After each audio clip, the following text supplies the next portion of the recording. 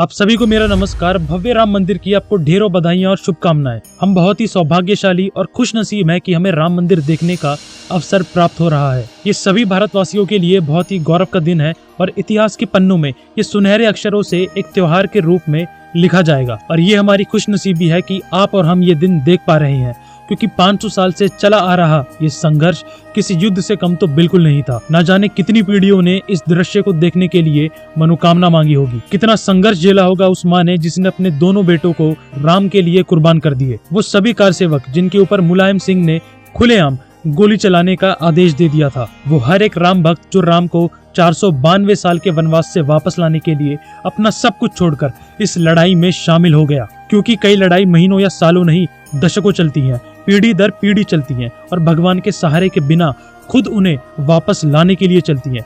आइए संघर्ष पर नजर डालते हैं। कंकड़ कंकड़ शंकर इसका प्राण प्राण में गीता है, जीवन की धड़कन रामायण पग पग पर बनी पुनीता है। यदि राम नहीं है श्वासों में तो जीवन का घट रीता है। नरनाहर श्री पुरुषोत्तम का हम मंदिर भव्य बनाएंगे, सौगंध राम की खाते हैं हम मंदिर वहीं बनाएंगे। तो 1528 जैसा हम सभी को पता है कि बाबर के वफादार कमांडर मीर बाकी ने राम मंदिर को पूरे तरीके से डिस्ट्रॉय यानी खत्म कर दिया था। लेकिन एक इंटरेस्टिंग बात यह है कि जैसा आप सभी सुनते आए हैं कि मीर बाकी ने मंदिर को तोड़कर मस्जिद का निर्माण किया था, ये मुस्लिम पक्ष कोर्ट में साबित नहीं कर पाया था। यानी कि कोई भी डॉक्यूमेंट या कोई भी सबूत नहीं मिलता है जिससे ये सिद्ध हो पाए कि 1528 और 29 से 100-200 साल बाद तक भी मुस्लिम्स का प्रेजेंस था और वहां पर बाबरी मस्जिद थी। ना ही तो बाबरनामा में, ना ही 1574 की तुलसीदास की रामचरितमानस में और ना ही आईन अकबरी में कहीं पर भी ये मेंशन नहीं है कि वहाँ पर कोई मस्जिद थी। लेकिन राम जी का जिक्र, राम नवमी का जिक्र, वहाँ पे हिंदुओं का जिक्र जरूर कई हिस्टोरियंस और ट्रैवलर्स जो कि बाहर के देश से हमारे देश में घूमने के लिए आए थे, उनकी किताबों और उनकी संरचनाओं में जरूर मिलता है। एक और इंटरेस्टिंग और जरूरी बात ये भी है कि अकबर ने अपने शासन के दौरान 6 बीघा जमीन हनुमान गढ़ी या हनुमान टीला के नाम की थी, जो कि अयोध्या में स्थित है और राम मंदिर के बेहद करीब है। और ये जो ग्रांट यानी अनुदान या जागीर थी जो कि अकबर ने दी थी हनुमान गढ़ी को,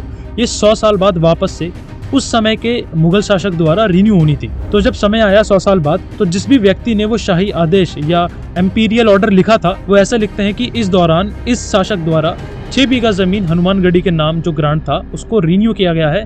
और वो खत्म ऐसे करते हैं कि वो इसे राम के जन्म स्थान से लिख रहे हैं। अब जो सबसे पहली एफआईआर जो इससे निकल कर आती है वो आती है 1858 में, वो भी निहांग सिख्स के खिलाफ, जहाँ ये दावा किया जाता है कि कुछ निहांग सिख्स अचानक से बाबरी मस्जिद में घुस जाते हैं और वहाँ पर हवन करना शुरू कर देते हैं और वो चारों तरफ दीवार पर राम नाम लिख देते हैं। तो ऐसे बहुत से फैक्ट्स और इंटरेस्टिंग बातें भी हैं जो आपको शायद से पता ना हो और वो क्लियरली ये चीजें साफ कर देते हैं।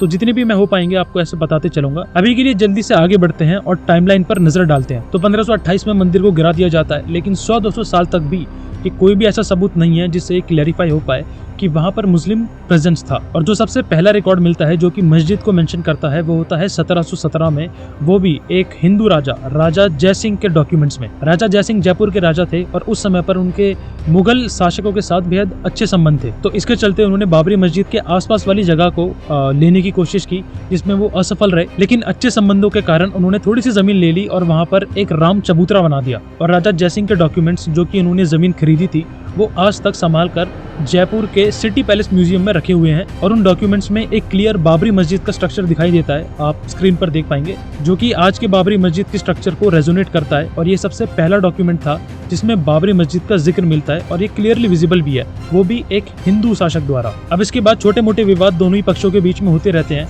और इसी दौरान एक ब्रिटिश रिपोर्ट भी सबमिट की जाती है जिसमें उस ढांचे का सर्वे किया गया था और वहाँ पे मेंशन किया कि जो उसके पिलर्स हैं, जो उसके खंबे हैं, वो किसी मंदिर से ही लिए गए हैं। जिसके बाद काफी ज्यादा हिंसा भी हुई, लेकिन 1855 तक भी हिंदू और मुस्लिम दोनों ही एक ही जगह पर पूजा और नमाज करते थे। और 1855 के बाद मुस्लिमों को मस्जिद में घुसने की परमिशन दे दी जाती है, लेकिन हिंदुओं को ऐसी परमिशन नहीं मिलती। तो सभी हिंदू फिर राजा जयसिंह द्वारा बनाए गए चबूतरे पर ही पूजा करनी शुरू कर देते हैं। और 1885 में ये मामला सबसे पहली बार अदालत में पहुंचता है। उस वक्त निर्मोही अखाड़े के महंत रघुबीर दास जी अदालत में यह अर्जी डालते हैं कि वो चबूतरे के ऊपर एक छत बना सके, जिसे अदालत स्वीकार नहीं करती। तो ऐसे छोटे मोटे दंगे चलते रहते हैं जिसको कि at the and Britishers control कर ही लेते हैं, क्योंकि उस समय पर अंग्रेजों का राज था।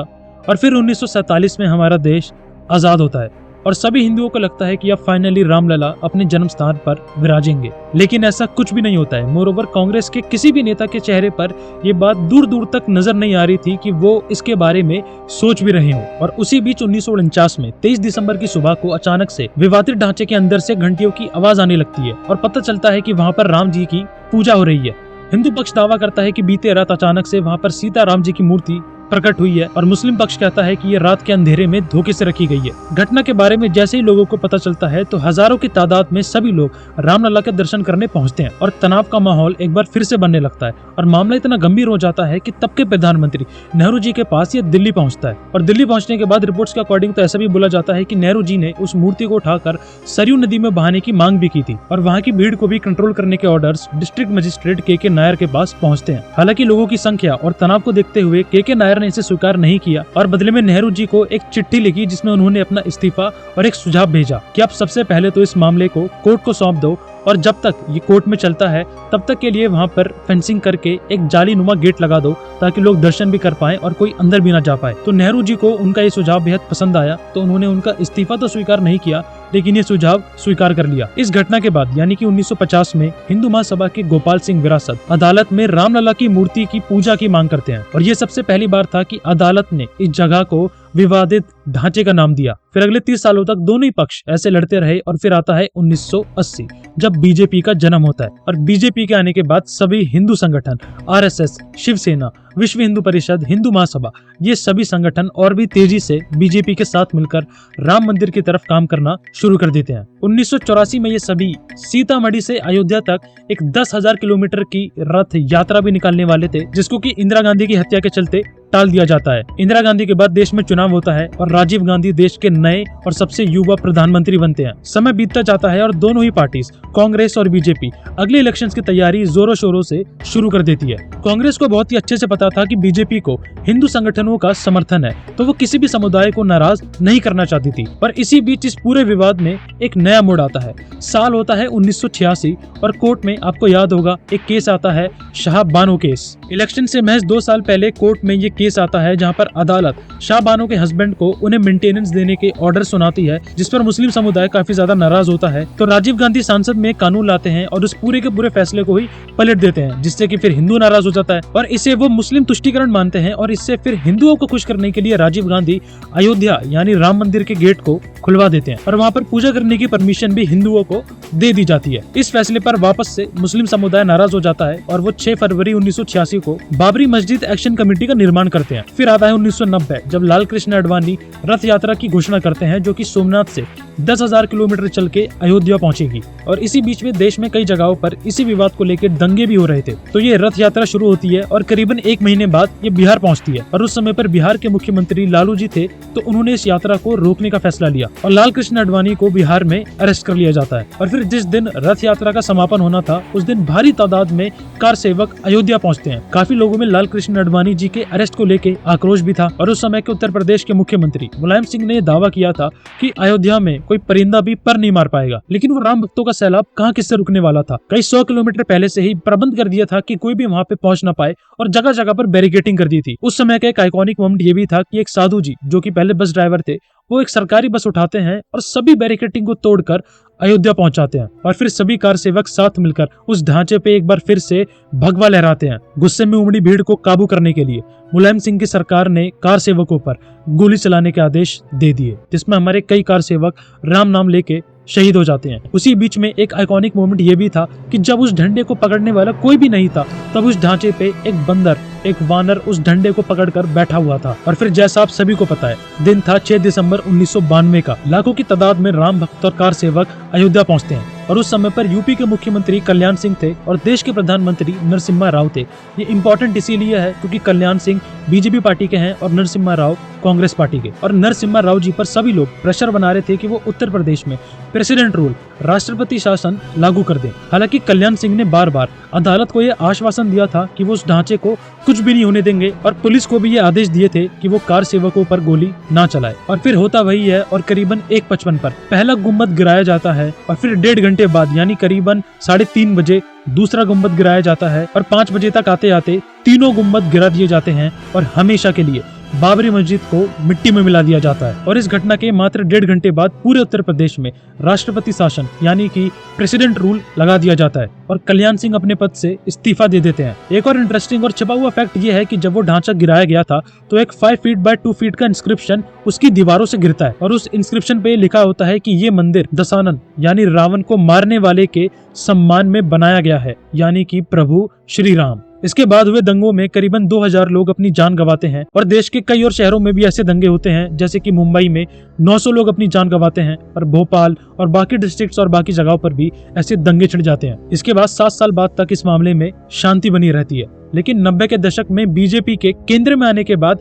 सभी हिंदू संगठन एक बार फिर से राम मंदिर को लेके सक्रिय हो जाते हैं। पहले सभी जगह के डॉक्यूमेंट्स को एक जगह पर लाया जाता है और फिर archaeological survey of India ASI को भी इस मामले में इंट्रोस्पेक्शन करने की अनुमति दे दी जाती है और वो अपनी जांच में क्लियरली मेंशन कर देते हैं कि इस ढांचे के नीचे एक हिंदू मंदिर मौजूद है। ASI की इस रिपोर्ट को कोर्ट ने बेस बनाते हुए राम जन्मभूमि ट्रस्ट, निर्मोही अखाड़ा और सुन्नी वक्फ बोर्ड इन तीनों को ही बराबर जमीन बांट दी। हालांकि तीनों ही इस डिसीजन से खुश नहीं थे, जिसके बाद ये मामला 2011 में सुप्रीम कोर्ट पहुंचता है, लेकिन वहां भी 7 सालों तक इसके ऊपर कोई भी सुनवाई नहीं होती। एक मीडिएशन पैनल बनाकर भी आपसी रजामंदी से फैसले पर पहुंचने की कोशिश होती है, लेकिन उससे भी कुछ नहीं होता है। तो सुप्रीम कोर्ट सभी दस्तावेजों को इंग्लिश में ट्रांसलेट करने के लिए बोलती है और अगस्त 2019 में मामलों से जुड़ी सभी पक्षों की सुनवाई हो जाती है और उसी साल 9 नवंबर 2019 को सुप्रीम कोर्ट यह फैसला सुनाती है कि ये जमीन राम जन्मभूमि ट्रस्ट को दे दी जाए। और उसके बाद 5 फरवरी 2020 को ट्रस्ट का गठन होता है और मंदिर का निर्माण शुरू हो जाता है और अब फाइनली 22 जनवरी 2024 को राम मंदिर में प्राण प्रतिष्ठा का कार्यक्रम होने जा रहा है। तो करीबन 500 सालों की ये लड़ाई सुनने में तो बेहद आसान लगी होगी, लेकिन असलियत में सरयू नदी कई बार रक्त से लाल हुई। एक के बाद एक प्राणों की आहुति भी इस लड़ाई में कम पड़ गई, लेकिन आखिर में कोई भी बलिदान व्यर्थ नहीं गया। उम्मीद करता हूँ कि राम मंदिर की यह कहानी आप तक जरूर पहुंची होगी और आप इसे आगे भी और लोगों तक पहुंचाएंगे। 22 जनवरी को अपने घरों में दिया जलाकर जरूर श्री राम का आगमन करना और एक दिया सभी श्रद्धालु और बलिदानों को नमन करते हुए भी जरूर जलाना। वीडियो को लाइक करके कमेंट्स में जय श्री राम जरूर लिखें और ऐसी और वीडियोस के लिए चैनल को सब्सक्राइब करना बिल्कुल मत भूलना। जय हिंद, जय श्री राम।